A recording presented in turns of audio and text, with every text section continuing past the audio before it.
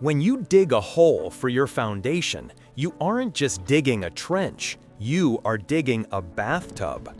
And every time it rains, the soil around your home funnels water directly into that tub. The amateur builder assumes this water will just soak away. The professional knows it gets trapped, turning the ground into a saturated swamp.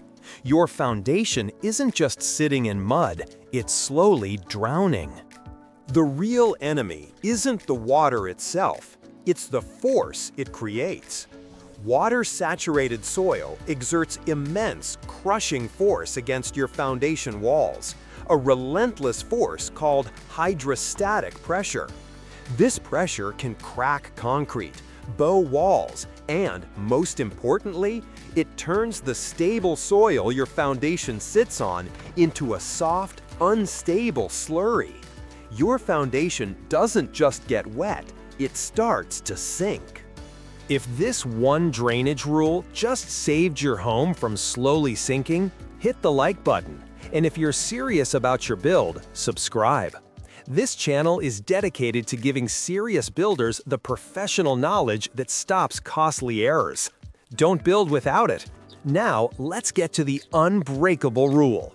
This brings us to the one unbreakable rule of foundation longevity. You must build a system that intercepts and redirects water before it can touch your foundation. You are not building a dam to hold the water back. You are building a channel to make it irrelevant.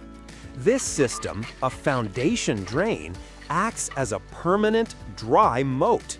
It's a trench around your entire foundation, lined with filter fabric, filled with clean gravel, and containing a perforated pipe that collects the water and carries it safely away to daylight, far from your home. In the end, the amateur builder spends their life fighting the symptoms of water damage, cracks, leaks, and musty basements. The professional builder prevents the problem entirely by controlling the cause. The dry moat system is the single most important investment you can make in your home's structural future. It ensures that your foundation, the most critical part of your entire build, sits on the dry, stable ground it was designed for a lifetime. Now, over to you. What's the biggest water problem you're facing on your land? Is it surface runoff, or is it a high water table? Let us know your challenge in the comments.